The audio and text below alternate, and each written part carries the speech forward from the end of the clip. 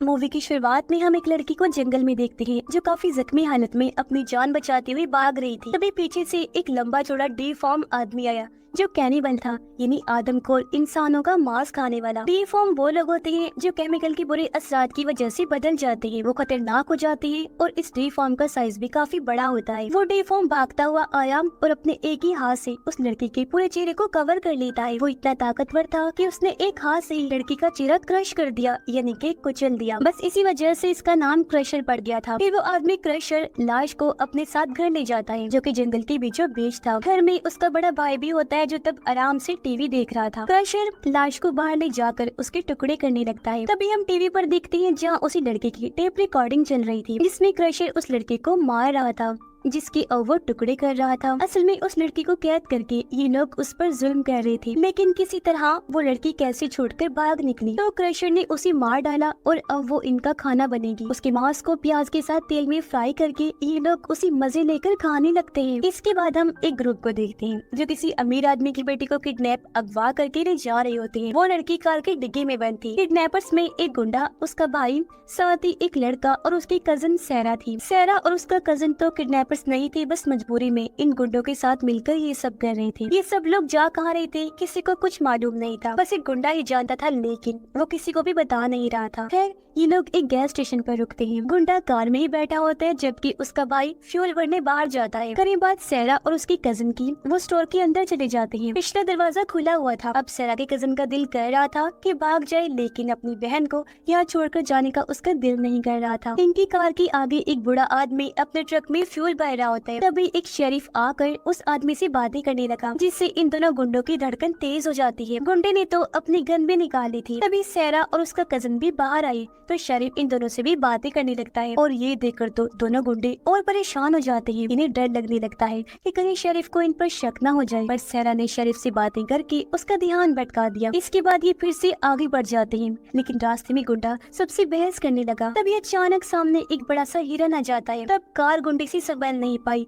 और सीधा हिरन से जा टकराती है। वो तीनों तो बच जाते हैं, लेकिन गुंडा फंस जाता है और हिरन बेचारा तो मर ही जाता है और उसके सींग गुंडे के सीने में घुस जाते हैं। वो तीनों हिरन को आगे से हटाने की कोशिश कर रहे थे, लेकिन इतना भारी हिरन उनसे जरा सा भी सिरक नहीं रहा था, जिससे गुंडे को तकलीफ हो रही थी। लेकिन तकलीफ उसकी तब बढ़ गई जब वो हिरन होश में आकर छटपटाने लगता है। गुंडे से तकलीफ बर्दाश्त नहीं हुई तो वो सीधा हिरन के सर में गोली मार देता है, लेकिन फिर भी वो बचने वाला तो नहीं था। इसलिए उसका भाई गुंडा उसकी गन छीनकर पूछता है कि हमें कहाँ जाना है, वो बताओ। पर गुंडा अभी भी बता नहीं रहा था, तो गुस्से में उसके भाई गुंडे ने उसके सर में ही गोली कर उसका सर उड़ा दिया। अब प्लान तो इनका गुंडे के साथ ही खत्म हो गया था। आगे क्या करना था वो इन्हें पता ही नहीं होता, और तो और कार भी नहीं चल सकती थी, इसलिए अब उन्हें पैदल ही आगे बढ़ना था। उन्हें ये भी समझ नहीं आ रही थी कि वो आगे की तरफ जाएं या पीछे गैस स्टेशन की तरफ। लेकिन साथ में किडनैप की हुई लड़की भी तो है, उसका क्या करें, इस बारे में ही वो सोच रही थी। इस परेशानी में वो पड़े ही थे कि तभी अचानक वहाँ एक ट्रक आ जाता है जिसमें एक आदमी था। वो इनकी हालत देखकर कहता है कि तुम में से 2 लोग मेरे साथ चल सकते हो, गैस स्टेशन पर जाकर मदद मिल जाएगी। लेकिन दूसरे गुंडे का प्लान तो कुछ और ही था। वो सोचता है कि 2 क्यों जाएं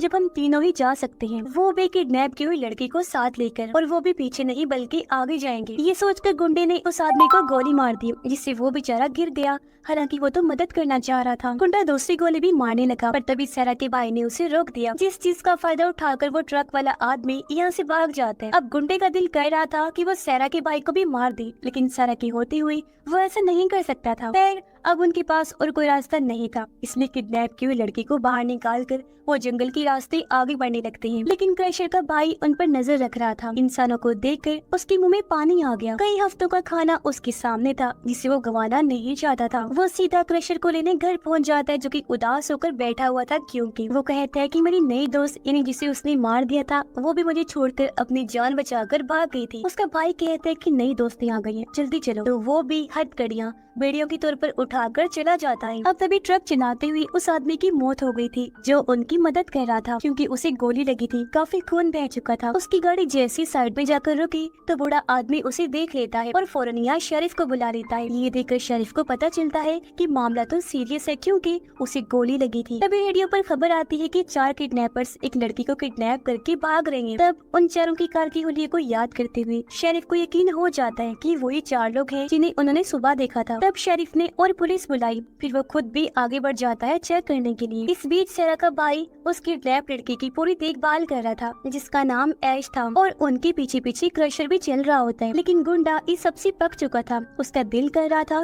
कि मैं सेरा के भाई को भी मार दूं, पर उसकी गोली मारने से पहले किसी और ने ही गुंडे को गोली मार दी, और ये था क्रशर का भाई। उसकी आते ही सेरा नाटक शुरू कर देती है कि ये बुरा आदमी था, हमें किडनैप करके ले जा रहा था, हमें बचाओ। कभी ये तो कभी वो। लेकिन क्रशर की भाई पर नौटंकी ऐसा कोई ड्रामा असर नहीं करता। सेरा का भाई भी आगे आया, लेकिन इससे पहले कुछ कहता क्रशर का भाई उसके मुंह पर गन मार कर उसका मुंह बंद कर देता है। उन दोनों बहन भाइयों को बेड़ियों में कैद करके वो उन्हें उनकी गाड़ी तक ले जाता है। वो हैरान थे कि कार तक क्यों ले आया। असल में क्रशर के भाई को हिरन का सर चाहिए था। इतना मजेदार खाना वो कैसे छोड़ के जा सकता था, और ऐश को पीछे इसलिए छोड़कर आया था ताकि क्रशर उसके साथ दोस्ती कर सके। लेकिन क्रशर तो उसे एक हाथ मार कर ही बेहोश कर देता है। उधर क्रशर का भाई सेरा के भाई से हिरन का सर कटवा रहा था। फिर दोनों बहन भाइयों से उसके सर को निकलवाता है। लेकिन जब सर को साथ ले जाने की बारी आई तो सेरा के भाई ने पूछा, तुम्हें मांस नहीं चाहिए क्या? जवाब में क्रशर का भाई कहता है, नहीं, हम जानवरों को नहीं खाते। सेरा के भाई ने सोचा शायद वेजिटेरियन होगा, सब्जियां खाने वाला, पर उसने ठीक से नहीं सुना था कि हम जानवरों का मांस नहीं खाते, यानी कि वो इंसानों को खाने वाले कैनिबल्स जो थे। तब तक क्रशर ऐश को लेकर घर पहुंच चुका था और उसे अच्छी तरह सूंघ कर बाहर चला जाता है। तब हमें पता चलता है कि ऐश तो बेहोश होने का नाटक कर रही थी, लेकिन जैसे वो जान बचाने के लिए भागी,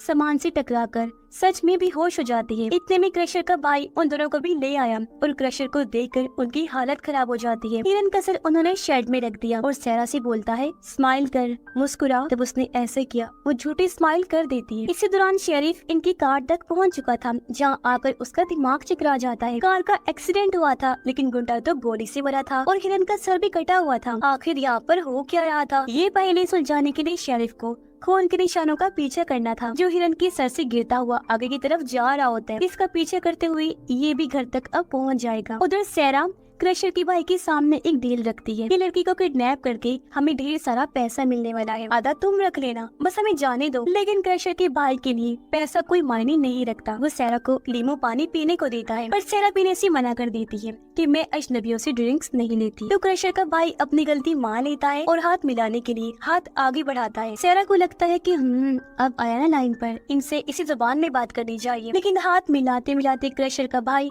उसका हाथ खींचकर उसका मुंह टेबल पर मारता है और वो देखती ही रह जाती है। सेरा को डर था कि नींबू पानी के अंदर जहर होगा, लेकिन फिर वो सोचती है कि अगर इसने मुझे मारना ही होता तो जंगल में ही मार देता, तो वो पीने के लिए तैयार हो गई। लेकिन वो कहती है कि तुम भी उन लोगों जैसे ही हो, जैसे लोग मैसेकर में होते हैं, कत्ल सरेआम करने वाली। तो क्रशर का भाई बोलता है कि ये मैसेकर नहीं है, कत्ल में तो टाइम लगता है और इतनी बेरहमी से नहीं मारा जाता, लेकिन हमारे केस में सब स्लैशर है, यानी बुरी तरह तड़पा कर मारना। हम तो एक हाथ से चेहरे को क्रश कर देते हैं, फिर उन्हें पकाकर मजे से खाते हैं। क्रशर के भाई ने उस पर गन तान दी, जिसके बाद वो बिना बोले सारा नींबू पानी पी जाती है। फिर गन को साइड में रखी क्रशर का भाई थोड़ा काम में मसरूफ हो जाता है, तो सेरा गन उठाकर उस पर गोली चला देती है, लेकिन गन तो खाली थी। यहाँ पर सेरा को पता चलता है कि नींबू पानी में जहर तो नहीं था, लेकिन बेहोशी की दवा थी। उसके बेहोश होते ही क्रशर का भाई ऐश के पास पहुंच जाता है, जिसे चेयर पर बांधा हुआ था उस पर जुल्म करने के लिए। वो अभी भी बेहोश होने का नाटक कर रही थी, तो क्रशर के भाई ने उसका लॉक तोड़कर कपड़ा उसके मुंह से हटाया और अब हम उसका चेहरा पहली बार देख पाते हैं। इस बीच क्रशर एक ही हाथ मारकर सेरा के भाई को भी बेहोश कर देता है। उसका भाई क्रशर को कहता है कि ऐश को शर्ट में ले जाकर बंद कर दे। तब क्रशर उसी तरह ऐश को बंद कर देता है। फिर वो सेरा को बाहर लटका देता है ताकि वो इसे काट सके। ऐश वाला बैग उसके मुंह पर डाल देता है। ये सब कुछ रिकॉर्ड करने लगा ताकि बाद में ये सारा नजारा देखकर वो मजे ले सके। इस बीच क्रशर सेरा के भाई को अंदर ले जाकर चेयर पर बांध देता है। क्रशर का भाई सेरा को होश में लाया और फिर कैमरा के सामने उसे चीरने लगता है। उसकी चीख सुनकर ऐश सोचती है क्यों ना हिरन की सींग से मैं अपने हाथों की रस्सी काट लूं। क्रशर का भाई सेरा को थोड़ा सा काट कर अपना कैमरा लेकर उसके भाई के पास आया। सेरा का भाई पूछता है कि सेरा कहाँ है, तो क्रशर का भाई कहता है लटकी हुई है बाहर। इसी दौरान ऐश ने हाथों की रस्सी काट ली और फिर पैर की बेड़ियों से भी वो आजाद हो जाती है। अंदर क्रशर के भाई ने भी सेरा के भाई पर जुल्म करना शुरू कर दिया था। वो उसके जिस्म के हिस्से पर कट्स लगाने लगता है। ऐश के पास दो ऑप्शंस थी, या तो वो भाग जाए या फिर कुछ करे, लेकिन उसने भागकर कुछ नहीं किया। वो अंदर आ जाती है, एक शॉट गन उठाती है, उसमें गोलियां भरती है और 2 गोलियां अपनी जेब में डाल देती है। क्रशर का भाई सेरा के भाई के जख्मों को लाइटर से जला रहा था ताकि उसका खून न बहे। तब ऐश अंदर आती है और आधी पहले क्रशर को गोली मारती है। फिर वो क्रशर के भाई को गन पॉइंट पर लेकर सेरा के भाई को आजाद करवाती है। फिर उसने सेरा के भाई के हाथों क्रशर के भाई को वीडियो में कैद करवा दिया, जिसके बाद वो तीनों को लेकर बाहर आ जाती है। क्रशर के भाई को वो इसलिए नहीं मार रही थी क्योंकि वो इन्हें रोड तक पहुंचाएगा। सेरा के भाई ने उसे नीचे उतारा और देखा कि वो भी जिंदा है। उसने सेरा को कपड़े पहनाए और फिर वो चल दी क्रशर के भाई के पीछे। हालांकि चलने में दोनों को तकलीफ हो रही थी, लेकिन चलना मजबूरी थी। ऐश ने तीनों पर गन तानी हुई थी क्योंकि ये दोनों इसकी दोस्त तो नहीं थे, ये तो इसके किडनैपर्स थे। तीनों इसके लिए बराबर थी, लेकिन बड़ा खतरा था क्रशर के भाई का। चलते चलते क्रशर के भाई ने सेरा के भाई को पकड़ लिया। सेरा का भाई ऐश को गोली चलाने को कह रहा था, पर जब उसने नहीं चलाई तो क्रशर के भाई ने उसकी गर्दन तोड़कर सेरा के भाई को जान से मार दिया। ऐश अब भी गोली नहीं चला रही थी। तब सेरा ने ऐश के हाथ से गन छीन ली और सीधा क्रशर के भाई पर गोली चला दी। अब क्योंकि गन सेरा के हाथ में आ गई थी, ऐश फिर से गुलाम बन गई थी। उसने ऐश को गन पॉइंट पर लिया हुआ था। तब किसी ने गोली मारकर सेरा का ही सर उड़ा दिया और वो था शेरिफ। शेरिफ को लगा कि सेरा ऐश को मार देगी, इसलिए उसने उसे ही मार दिया। शेरिफ ऐश से थोड़ी पूछताछ करता है, फिर उसे कहता है कि मुझे उनके घर तक ले चलो, पूरे मामले की जड़ तक जाऊंगा, तभी यहाँ से जाऊंगा। पर घर आकर उन्होंने देखा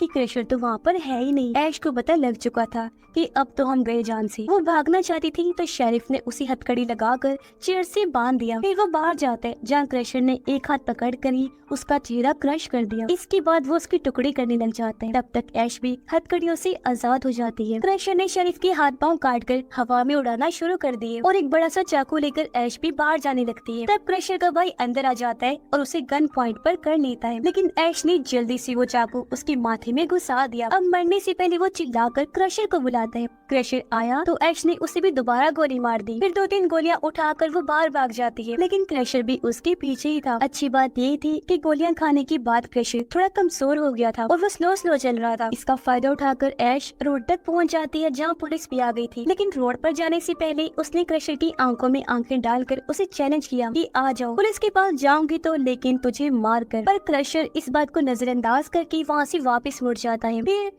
ऐश भी पुलिस के साथ वहाँ से निकल जाती है। रात को पुलिस उस घर में पहुंची तो क्रशर दूर से उन्हें देखता रहा, फिर मुड़कर जंगल में चला जाता है क्योंकि वो पुलिस वालों को मारने की तैयारी के लिए गया था। यानी मौत का सिलसिला एक बार फिर से शुरू होने वाला था, क्योंकि बेशक इसका भाई मर गया था, लेकिन अब क्रशर अकेला ही सबको निपटा देगा और अपने भाई का बदला भी लेता रहेगा। और इसी भयानक एंडिंग के साथ ही ये कहानी भी इधर ही खत्म हो जाती है।